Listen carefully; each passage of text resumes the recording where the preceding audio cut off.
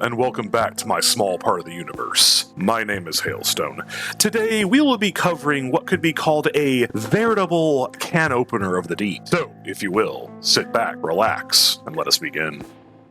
You know, sometimes I wonder if I'll go mad the deeper into Europa that I go. Not in the vein of seeing some extra-dimensional beast might have you. At this point, it barely bothers me. But more in the case of what else could I possibly rack out of my brain to possibly explain this next horror of the ocean that appears in front of me, shearing into my submarine as it is some form of incredulous fever dream brought upon me by the ever-whispering husk living in my gullet. This is probably why most Europans drink, either to numb their minds to what awaits out there in the inky blackness, or just to simply live day to day. Well, that, or it's simply another way to deal with the clowns, though for me I'd rather not forget. Not that I could, anyway.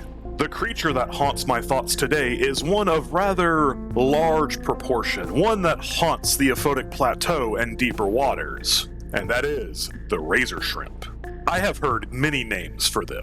Nightclaw, the salty decapod, but nothing fits it as much as RazorShrimp, though the name still barely fits the creature. This night-armored crustacean sits at nearly 40 feet long, possibly larger, especially with its claws at the ready. The RazorShrimp has an anatomy similar to a deep obsidian-looking lobster, though you won't be seeing this one on a menu.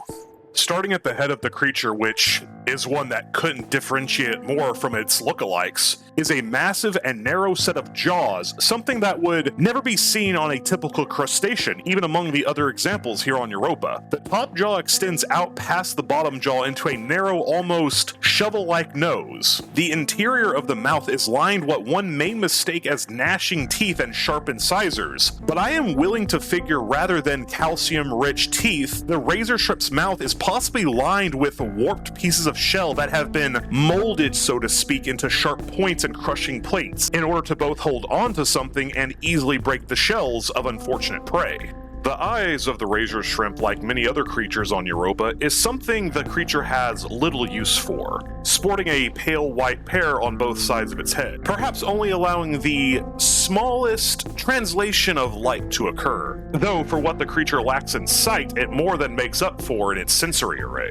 This sensory array comprises of 8 different individual antennas of varying lengths, which allow them to more easily navigate both their environment and track down prey. This would be an even more robust system if the elongated nose of the shrimp also plays a part, popping an appearance in similarity to that of the Earth's goblin sharks, and if it functions in a similar way, it would allow the RazorShrimp to detect electrical fields produced by living organisms and submarines, which may explain their overt hostility to such a vessel, perhaps being exposed to a sensory overload, though it may also just be a mating statement. Following down the back of the RazorShrimp, one may think that the main body of this creature would just be one solid piece of armor, but in fact it is a deceiving mess of 4 to 5 different shell sections that allow the RazorShrimp unparalleled mobility compared to a creature of a similar build, along with a almost pseudo-ridge of sharp spines just behind its head.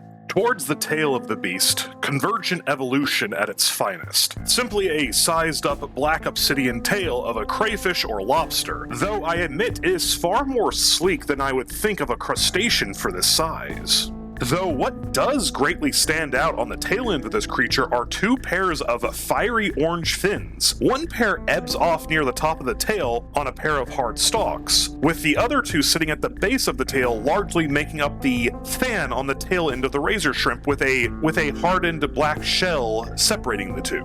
Upon observation of the RazorShrimp, I truly cannot determine what these bright colors are even for, though if the nose of the RazorShrimp, so to speak, does hold any form of electrical sensory apparati, wouldn't be impossible for these to serve as a type of sign language between RazorShrimp, not in a literal way, mind you, but one more in where the shrimp will perhaps generate electrical waves from these altered fins and flex and wave them in different ways to manipulate the waves in order to communicate with other RazorShrimp, which may be likely as they are often found in pairs. Among the last features of this shrimp of the dark are its legs. While lacking as many appendages as its Earth-based cousins, it doesn't mean they are ill-prominent. The razor shrimp has 6 legs in total, resting as 2 different pairs of 3 on each side of the razor shrimp's body. 4 small legs towards the rear, with the final 2 being long, slender claws with bright orange ends. That look rather similar to the appendages of a praying mantis, yet they act nothing like one in function, with the razor shrimp often using them to stab rather than to grab onto things, though I do not doubt that they can. The final portion of the razor shrimp's anatomy is not one that can be seen, at least not at first. For whatever reason, once a razor shrimp has been terminated, upon death, 2 small creatures burst forth from the interior of the razor shrimp. To be completely honest, I am unsure what these creatures are. At a mere look, one would think that these may be the razor shrimp's offspring that break out to run once their protection has run out. But this almost just seems wrong based off the appearance of these shrimp spawn. They're almost nothing alike. Speaking plainly, it is not uncommon for a creature to undergo some form of metamorphosis in its lifetime, meaning a rather radical change to the body. But something about this just feels wrong, so to speak. Unnervingly wrong.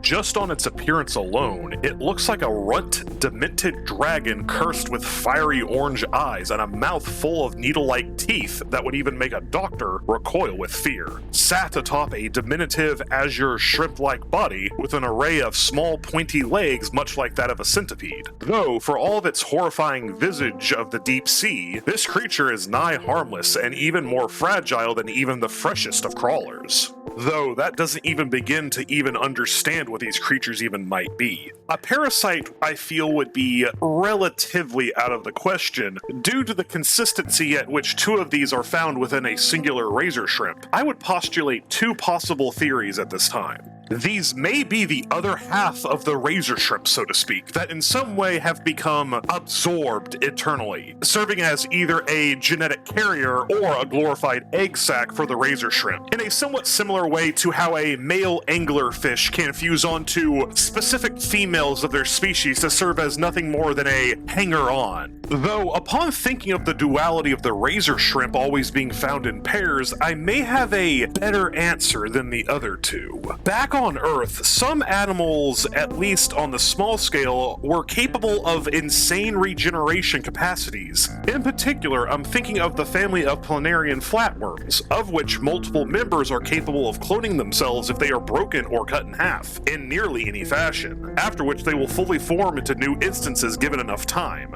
Now, I am not implying that the razor shrimp is capable of some form of insane regeneration, but I do believe that these shrimp spawn are a type of self-fertilized clone. Mayhaps the razor shrimp doesn't have a typical reproduction cycle, but instead one that is determined solely by their survivability. Now, of course, most if not all reproduction is based on survivability, but what I mean for the razor shrimp is something different altogether, as I believe from day 1 of their birth they are already responsible for the next generation. Not in the way to say of course they will reproduce their species, but from birth they are meant to propagate through a specific type of cloning, as when a shrimp spawn is finally ejected through old age or the death of the razor shrimp, they already hold a pair of shrimp spawn, or at least the genetic coding for 2 inside a pair of specialized cells that will slowly grow inside of them as the shrimp spawn goes through a variety of molts and metamorphi before fully becoming a razor shrimp and readying the next generation of shrimp spawn to burst forth in case of the failure of the holder's life. I think this is also the reason the razor shrimp are often found in pairs, feigning a form of familial bond. And perhaps so, but indeed, it is also one that is entrenched inside them for their very survival.